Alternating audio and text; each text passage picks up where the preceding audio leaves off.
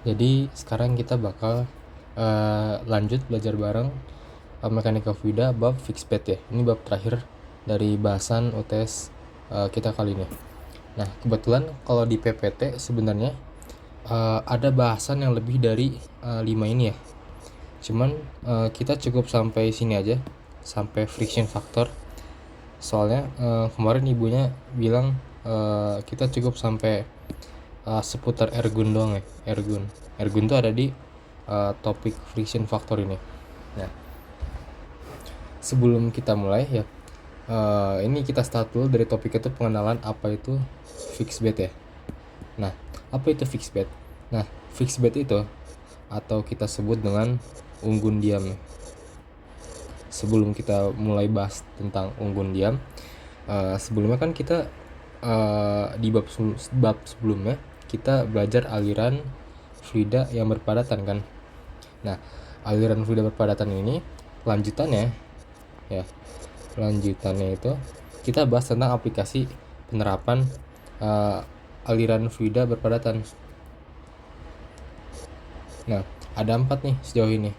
Yang pertama tuh ruang pengendapan gravitasi. Ini tuh semacam unit atau alat yang dimana kita tuh bisa ngedapin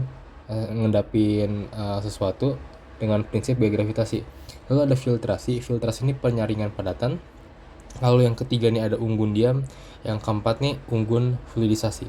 Nah, kita di sini di bab ini cuman fokus ke unggun diam doang ya. Ini doang. Nah, unggun diam ini itu sama aja namanya dengan fixed bed ya. Jadi fixed bed itu unggun diam. Bed itu artinya unggun.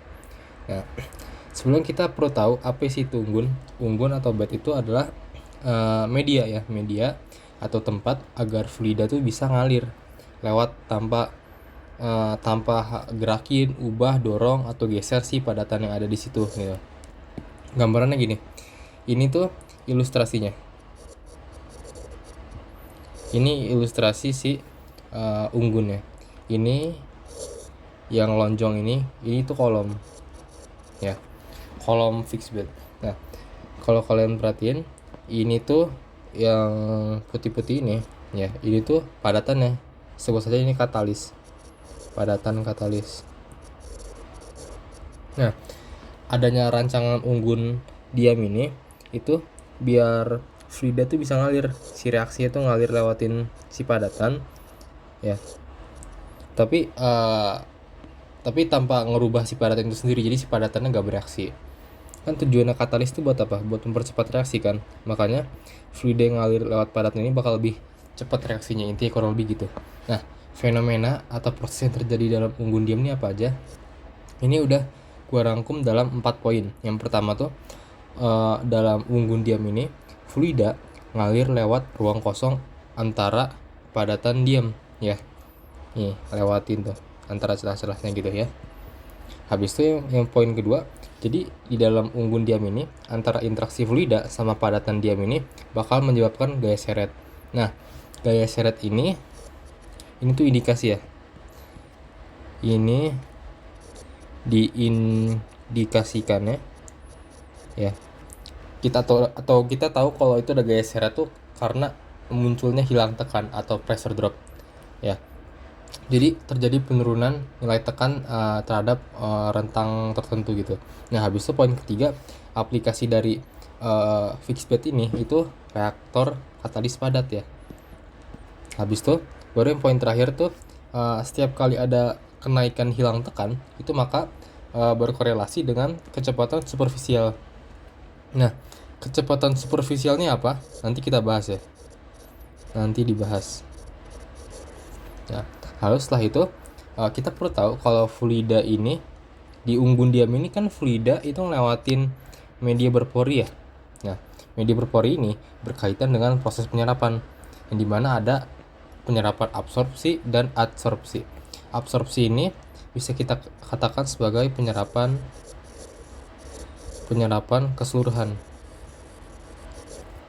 Kalau adsorpsi ini hanya serap pada tingkat permukaan saja.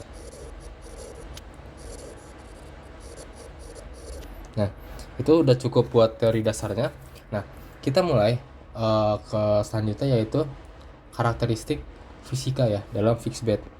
Yang pertama ini, dalam fixed bed ini ada diameter partikel. Nah, diameter partikel ini ada dua macam rumus. Yang pertama, kalau untuk bola kita rumuskan dengan dp sama dengan 1 per sigma yi per dpi ya. Nah, sedangkan yang keduanya ini, kalau misal untuk non bola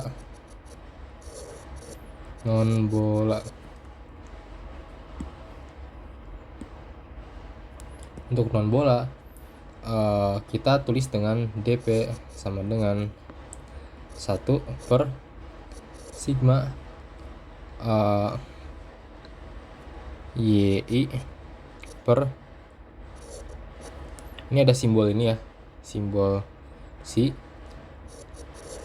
Nah, cuman kita perlu tahu kalau apa itu y. Y itu adalah fraksi volume atau berat.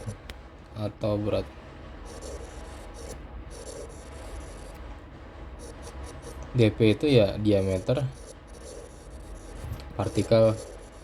Oke. Lalu ini kita sebut dengan C ya. C. Ini itu apa? Ini tuh derajat kebolaan. Jadi seberapa bulat dia. Nah, jadi kalau misalnya si ini atau derajat kebolaan sama dengan 1, nah berarti dia ini bola full gitu ya. Gitu loh. Nah, berarti kalau yang non bola itu pasti si psi-nya itu kurang dari 1. Oke. Nah, habis itu kita bahas ke karakteristik fisika kedua, yaitu luas permukaan dan volume partikel. Nah, ini ada banyak sekali ya rumus-rumusnya. Jadi gue rasa gue perlu tulis satu ya. Nah, ini pertama ada SP sama dengan Pi dikali dp kuadrat ya. Ini tuh luas perm itu permukaan, partikel tunggal, ini tunggal lah, tegel itu tunggal, bentuk bola ya. Lalu yang rumus selanjutnya itu ada apa? Ada VP sama dengan Pi per 6 ini dp pangkat 3 ya. Dengan V ini keterangannya adalah volume, partikel, tunggal, bentuk bola. Oke. Ini kita kasih tanda ini biar gak bingung. Nah, lalu selanjutnya ini kita ada variabel AV ya. AV ini itu merupakan SP per VP. Nah, AV itu apa? AV ini perbandingan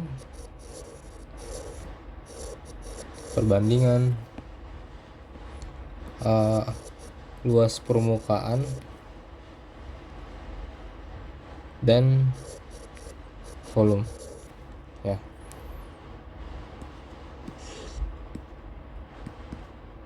Nah, lalu setelah AV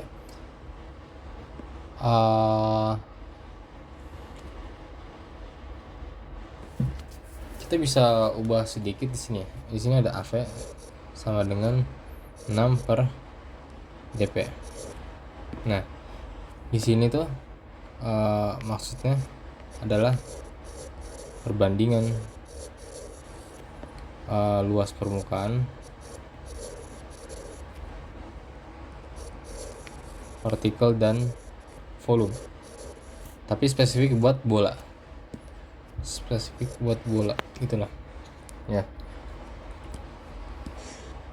Nah, lalu dari sini kita juga bisa sedikit pindah ruas ya. Maka jadilah dp sama dengan apa? 6 per AV gitu. Ini diameter partikel untuk non bola. Nah, udah sampai situ.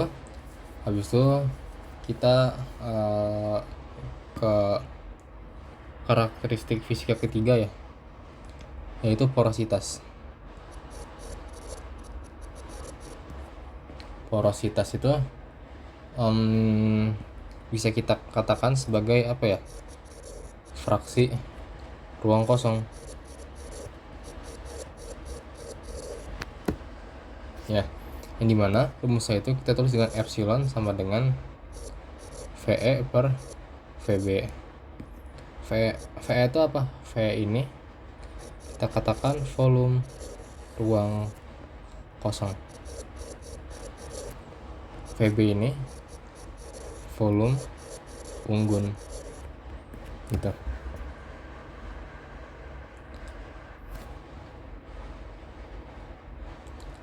Habis apa ya?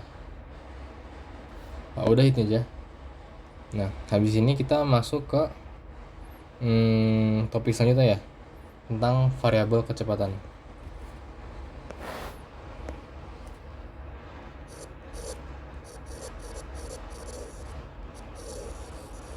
Variabel kecepatan. Nah, variabel kecepatan ini ada dua macam ya. Yang pertama ini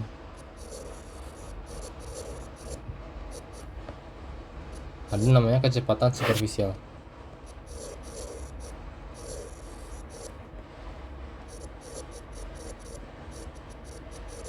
Nah, kita simbolkan kecepatan superficial ini dengan US ya.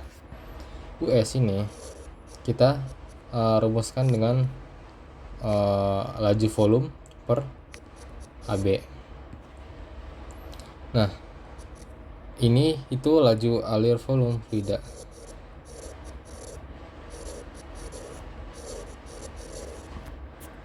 Ya, kalau ini luas penampang si bed ya, atau si unggun.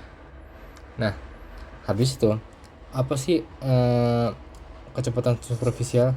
Nah, kecepatan superficial itu kita katakan atau artikan, definisikan sebagai kecepatan apa ya, pada ruang dengan padatan yang nggak dianggap.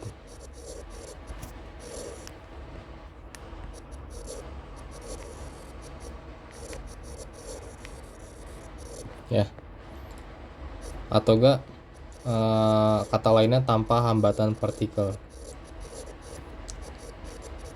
Nah, bisa lebih mudah dicerna kalau kita sebut dengan tanpa hambatan partikel. Apa itu kecepatan superficial? Kecepatan tanpa hambatan partikel. Nah, habis itu baru kita lanjut ke kecepatan kedua ya, kecepatan intersisial. Kecepatan intersisial. Nah, kecepatan intersisial ini kita rumuskan dengan UI sama dengan US per epsilon.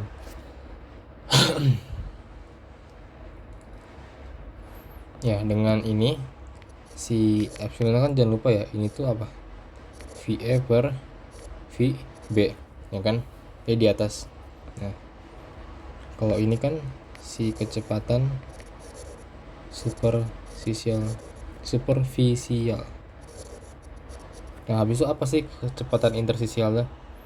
Kalau kecepatan intersisial itu tuh kecepatan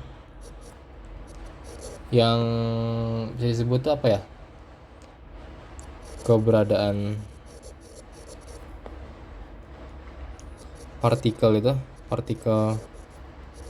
padatan itu dianggap ya, gitu deh. Habis itu apa? Habis itu kita udah deh, kita masuk ke topik keempat ya, hilang tekan fluida. hilang tekan fluida, atau mungkin nama lainnya tuh pressure drop ya. Nah, hilang tekan fluida ini dapat kita hitung dengan beberapa metode. Salah satunya tuh gini. Yang pertama dikenalin itu adalah korelasi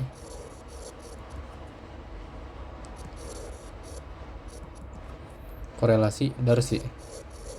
Nah, inti dari korelasi si Darcy ini ya, kita punya persamaan gini, dp per dx sama dengan min mu per x dikali us x. Nah, kita perlu ngertiin dulu apa arti maksudnya. Ini kan adalah turunan parsial p terhadap x ya. Nah, kita katakanlah ini tuh gini, ini ya perubahan tekanan terhadap jarak. Nah, tekanan berubah terhadap jarak. Nah, ini tuh apa? Ini tuh viskositas per jarak, atau gak x tuh lebih tepatnya tuh panjang ya, atau sama saja. Nah, kalau ux ini apa?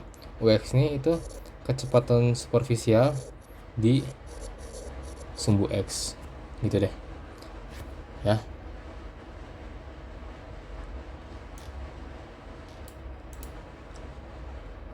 Oh bentar, sorry ada keliru. Ini tuh aslinya tuh K ya. K ini kita katakan sebagai permeabilitas.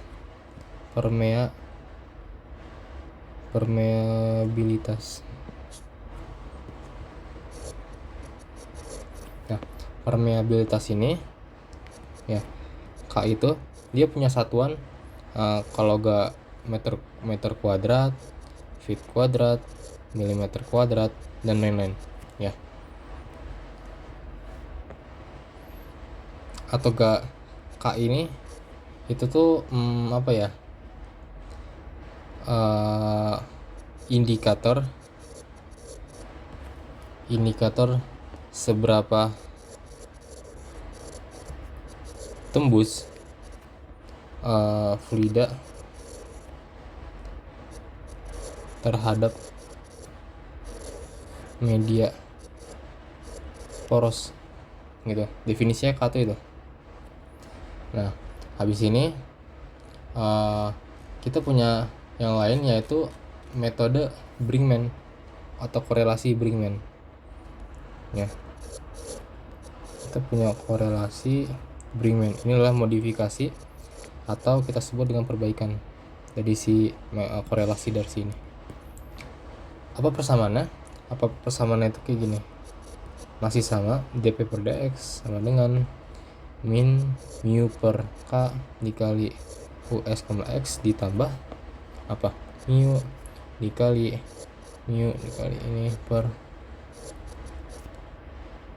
ini dikali ini ya.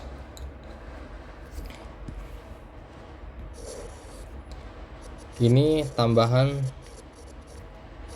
baru ya di metode si Brinkmann ini.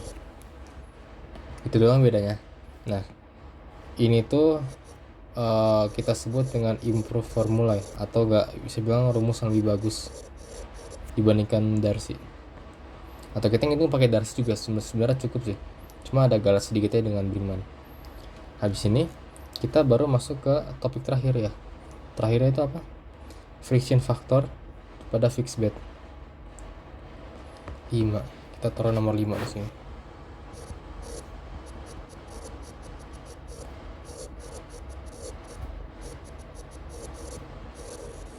Nah, friction factor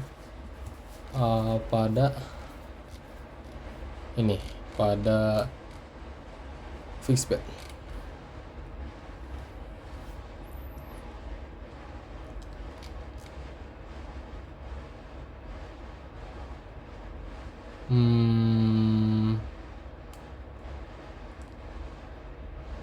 Nah, di sini kita bahasan pertamanya itu adalah diameter efektif. Diameter efektif ya pada partikel unggun. Nah, ini isinya cuma rumus-rumus ya. Kayak misalnya di sini VB atau gak volume seabed unggun itu adalah V per 4 dB ya, diameter si unggunnya dikali LB. Habis itu ada rumus lain juga kayak rho si B ini sama dengan MB per VB. Habis itu ada rumus lain kayak ini sama dengan, nah habis itu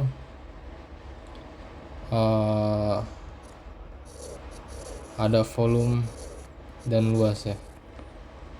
Nah, kalau si volume ini kita tuliskan dengan 1 min epsilon dikali VB. Kalau si luas itu bukan AP deng, SP ya. SP sama dengan 1 min E dikali VB AV. Nah, baru finalnya itu kita bisa nemu diameter efektif ya. Diameter efektif ini kita rumuskan dengan DE. DE sama dengan 4 VE per SP ya. Habis itu atau enggak ini tuh 4E per 1 min E AV. Nah, ini.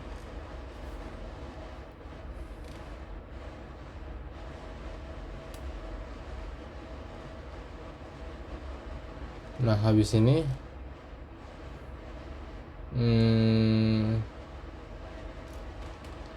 apa ya? Bentar. Oh ya, yang kedua itu kita bisa mulai bahas tentang pressure drop di sini ya.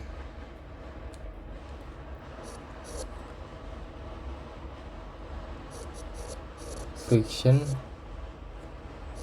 dan pressure drop.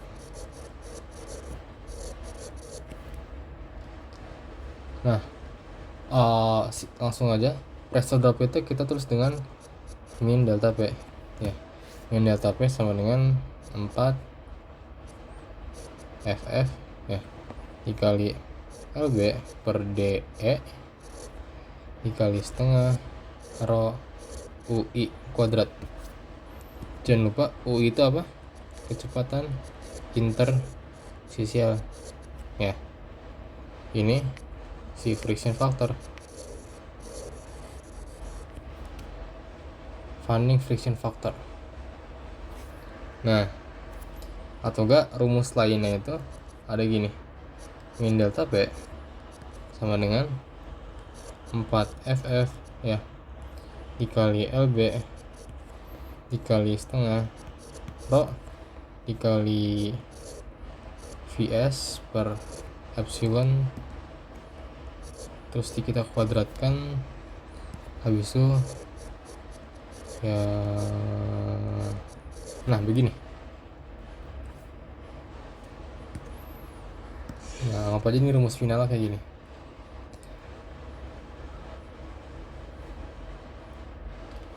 Ini kita sebut dengan umum ya. Nah, tapi kalau misalnya untuk bentuk sphere atau bola ya, itu AV nya di substitusi biar jadi gini, terus nanti LB per DP dikali rho OS kuadrat ini 1 min ini per ini pangkat 3. Atau enggak dari sini final kayak gini, ini sama dengan 3 FF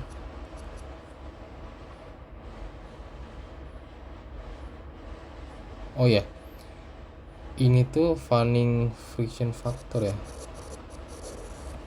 Nah, kalau ini baru friction factor doang, ada beda dikit. Nah, sama dengan ini dp per lb per 1 min ini epsilon dikali ini cuman dipindah rumus aja ya. Ya, jadi kayak ini pindah ke sini gitu loh. Oke. Bukan rumus yang benar-benar baru kok.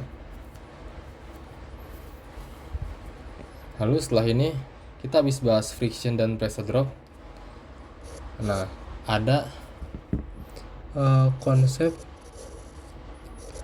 bilangan Reynolds ya. Nah, bilangan Reynolds ini kita punya NR, B ya. B ini tuh unggun. Nah, rumusnya apa? Rumusnya tuh densitas dikali diameter efektif dikali kecepatan intersisial per viskositas. Ya. Atau enggak kita sebut dengan NR B ini sama dengan apa? Sama dengan rho dikali d partikel dikali kecepatan superficial per viskositas dikali 1 min epsilon. Ya.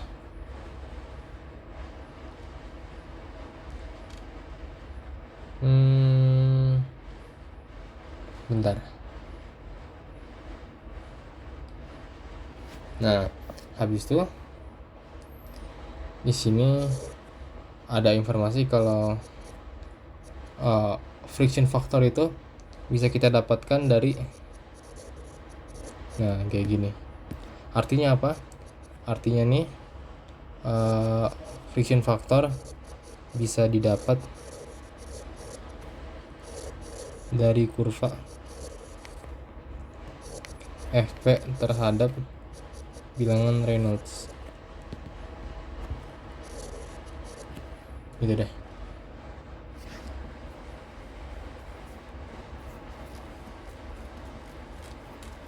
Nah, ini yang terakhir nih.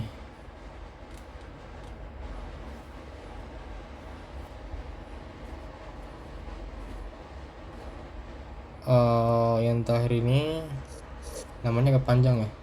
Kita namain dengan korelasi friction factor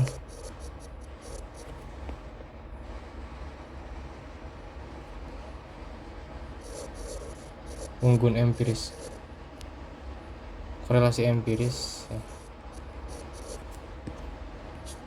Nah gini. Nah, jadi katanya menurut Ergun ya, menurut Ergun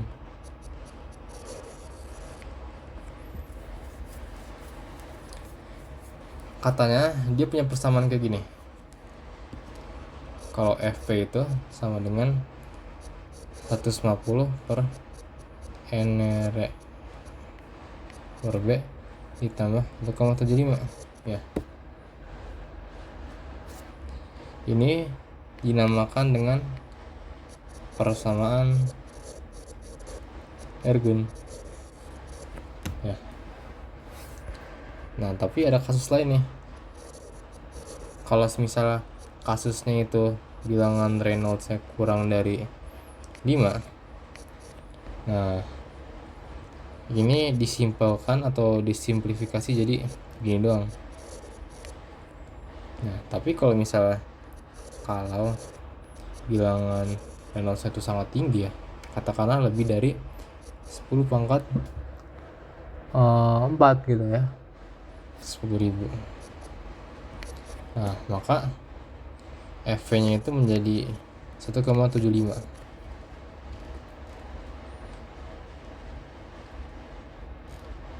Nah, udah materi sampai situ. Habis ini kita lanjutin dengan latihan soal bareng-bareng ya.